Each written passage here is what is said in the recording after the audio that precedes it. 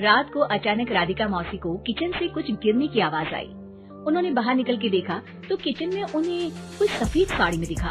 वो चीख पड़ी, हे भगवान, आलतू जलाल तू आई भला को टाल तू, आलतू जलाल तू आई भला को टाल तू। राधिका मौसी को चीखते सुनकर श्रवण बाहर आता है भागते हुए। अरे माँ, क्या हुआ? क्या देख लिया? दादी माँ आ गई क्या सपने में? अरे बेटा, रसोड़े में देख तो कौन है? श्रवण रसोड़ी में झांक कर देखता है और उसे कोई नहीं दिखता अंदर। अब रसोड़ी में तो कोई नहीं है माँ। कोई सफेद साड़ी में नहीं है क्या?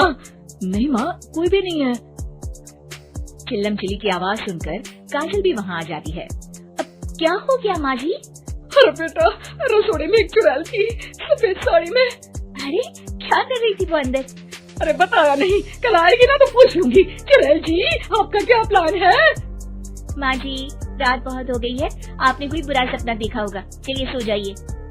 राधिका मौसी सोने तो चली जाती है पर उनको रात भर नींद ही नहीं आती। वो कुछ भी उलझुल बातें सोचने लगती है। कहीं चुड़ैल की वजह से तो घर में टेंशन नहीं हो रहा, कहीं उसी की वजह से तो वो दादी नहीं बन पा रही। सुबह जब राधिका मौसी रसोड़े में छानबीन करती है तो पाती है कि नींबू का अचार गायब है। चुड़ैल नींबू का अचार ले गई, मुझे तो ठीक नहीं लग रहा कुछ। चुड़ैल को भी पता है कि जिंदगी का असली मजा तो खट्टे में ही है। राधिका मौसी झट से श्रवण को फोन कर देती है।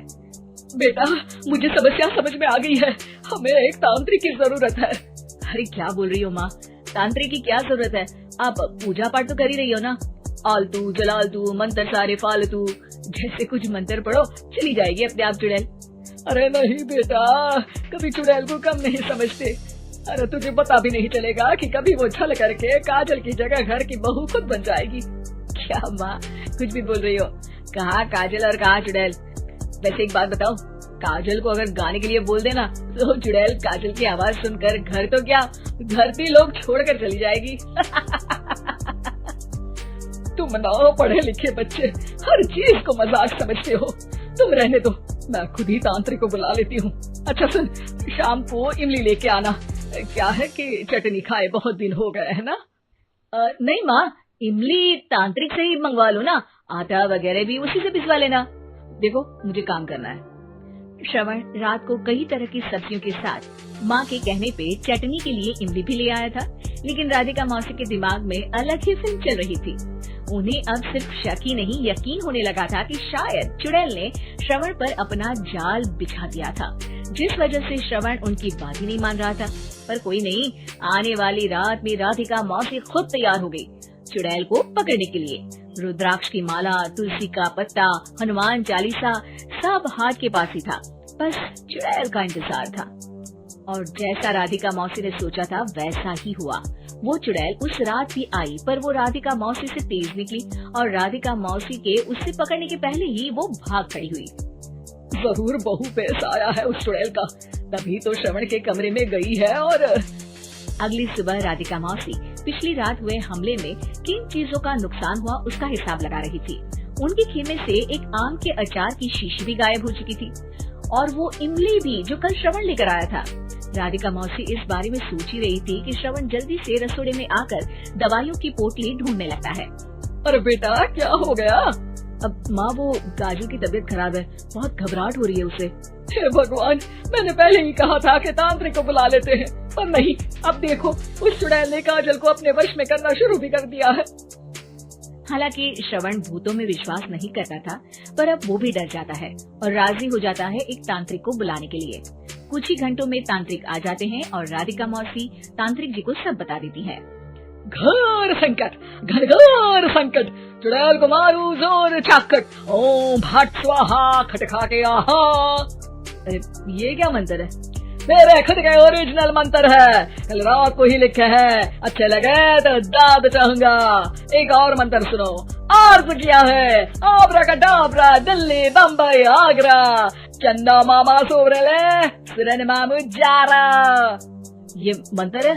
अरे कोई चालीसा वालीसा पढ़ो ना। वक्त कम है, 40 नहीं पड़ेंगे, 20-25 में काम चलाना पड़ेगा। अलग निरंजन जाके लंदन, मुफ्त का मंजान घिस मेरे नंदन। अरे जल्दी करो तांत्रिक जी, जल्दी करो। तांत्रिक अपने उल-झलूल मंत्र पढ़ने लगता है। श्रवण को तांत्रिक पे शक होता है।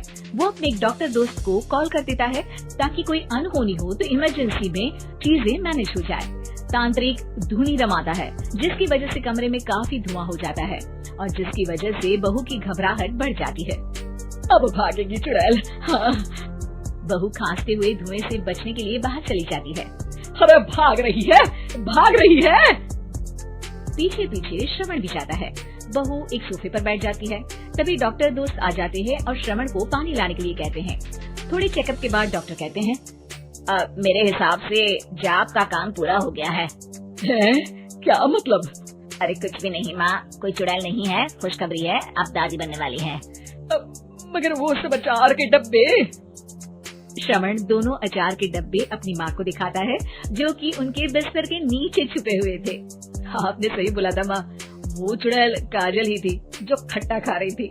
हमें कल ही पता चला, पर हमने आपको ये तांत्रिक वाला काम करने दिया ताकि आपको भरोसा हो जाए कि भूत वगैरह कुछ होता ही नहीं। अच्छा, ये तो बड़ी खुशी की बात है। पर बेटा मुझे एक झाड़ू तो ला दे। क्यों माँ? ये तांत्रिक का भूत उतारती हूँ मैं। अब तांत्रिक राधा मौसी के डर से घर से भाग निकलता है और राधा मौसी उसके पीछे भागती है। अरे संकट ये घनघोर है, तांत्रिक मुआ चोर है।